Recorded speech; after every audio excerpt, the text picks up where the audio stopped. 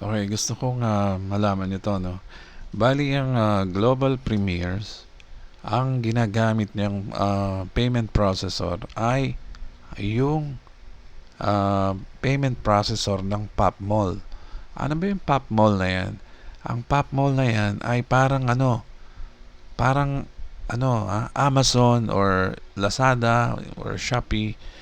Isa siyang international e-commerce marketplace. Napakalaki nitong company na to.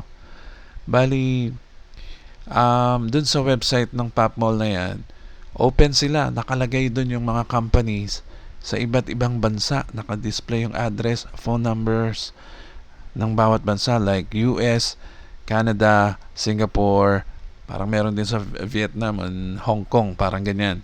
And then, ayan, so, ganito ang nangyari, no, sa eBay, kasi dati ang eBay, hiwalay ang payment processor niyan. Ang nagbabayad, ang bayaran ay ginagawa ng another company, which is PayPal pa noon nung una, no? Yung eBay ang pinaka-popular ng early internet days. Number one ang eBay noon, no? And then, dahil lumalaki na company ang eBay, inacquired niya yung PayPal. Binili niya yung PayPal. Si Elon Musk pa nga nag-start nun, di ba?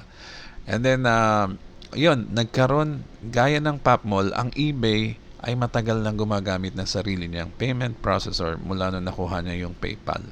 So, ito, ang matindi, ang ganda. Tignan niyo ang guarantee pag may payment processor kang ginagamit, no? Kaya napakagandang ginawa ng Global Premiers makipag-partner sa Popmall para mag-process ng transaction niya.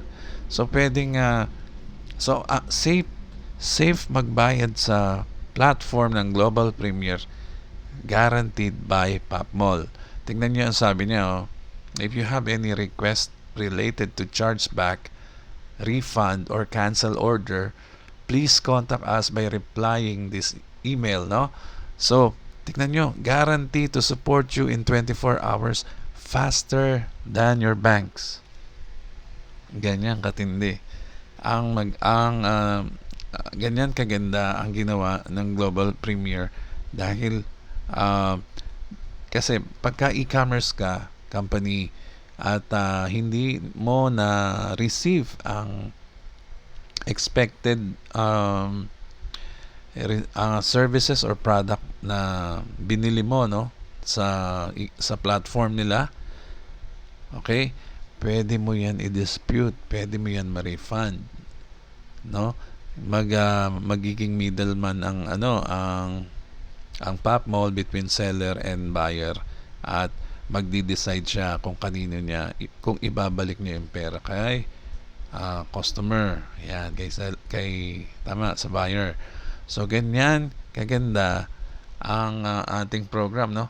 So pag nagbayad kayo sa platform ng Global Premier, makaka-receive kayo ng email galing sa Popmall na patunay na ikaw ay nagbayad at sila ang nag-process, and then it was success transaction. Okay? So ayan, isang guarantee sa atin ito na napakaganda nitong ating sinalihang programa sa Global Premiers. Kaya kayo, huwag na kayo magduda, yung mga naninira dyan, hindi nila alam ang nangyayari, no? Hindi nila alam kung gaano kaganda ang mangyayari dito sa business model na ganito, sa advertising business. So, wag na kayo magpahuli. Malapit na mag-June 1, bago mag-start bago mag-launch ang company, pumosisyon na tayo at panoorin niyo yung mga videos na pinost ko dito sa channel na to, at malalaman nyo kung bakit, no? Ang mga tao dito, hindi nyo alam, nag-uunahan na mag-lock in ng kanilang mga position sa yung tinatawag nating global, yung tunay na global matrix, no? Yung talagang matatabunan ka ng spillover o maaambunan ka ng spillover. Okay? So, yan lang muna. Ito po si Edgar Garcia. Maraming salamat po.